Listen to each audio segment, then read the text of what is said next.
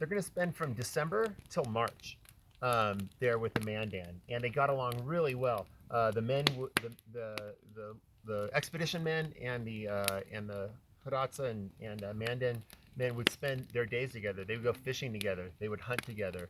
The men, through interpreters or just drawing pictures on the ground, would explain what life was like in the East, and they would try to explain what things were like in the West that they were going to encounter. Everything went really well that winter for them.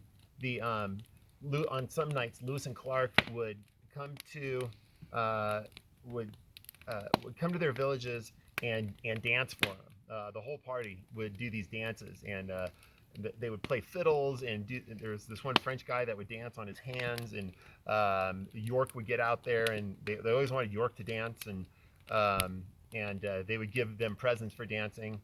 And then on other nights, the Mandan would dance. And at this season, they were doing buffalo dances because the river is frozen over, by the way, by this point. In fact, Lewis and Clark, neither of them were smart enough somehow to remember to pull the keelboat out of the river prior to the river freezing over. And so it was stuck, and it took 2 weeks to break it free so that they can get it up on the shore and do repairs to the keelboat that had to be done. But neither of them mention it in their journals. It's other privates that mention it in their journals. Lewis and Clark didn't mention that they did that. But anyhow, they went to the Mandan village one night, and they were doing this buffalo dance. Very ceremonial thing, because the buffalo are wandering around trying to find food. Most everything's covered with snow, and so waiting for wind drifts, places where they could eat.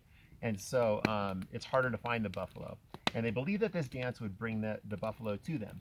And part of the ceremony, and they brought Lewis and Clark into the back of the big ceremonial earth lodge, and so they could watch this. The old men, the elders, the old men would sit around the fire in an immediate circle, and then men would come in with their wives, and they would offer their wives to the old men. And the women would appear before the old men, no clothes on, take the old men and go off and do the business. And then if the old men, and some of these, Clark said, were barely able to walk. We're talking really, really old guys here. If they weren't satisfied, they would go through the whole thing again. And this served two purposes. One is for the buffalo. The other is that they believe that all the hunting that these old men had done, all their experience, will all go into their wives, and then into them, through their wives. And so they wanted to gain the power and the wisdom and everything and the experience of these old men, and they believe that that's the way to do it. They also wanted the power of the white man, the medicine of the white man. And so the members of the Lewis and Clark expedition were with the women constantly. The husbands were offering their wives to them constantly, and they accepted, and they did this very often. One thing that they probably didn't expect to get was sexually transmitted diseases. The Indians had picked those up from British fur trade and French traders, and in turn they gave them to the members of the Lewis and Clark expedition, especially syphilis, which they're going to have to take care of through a variety of means.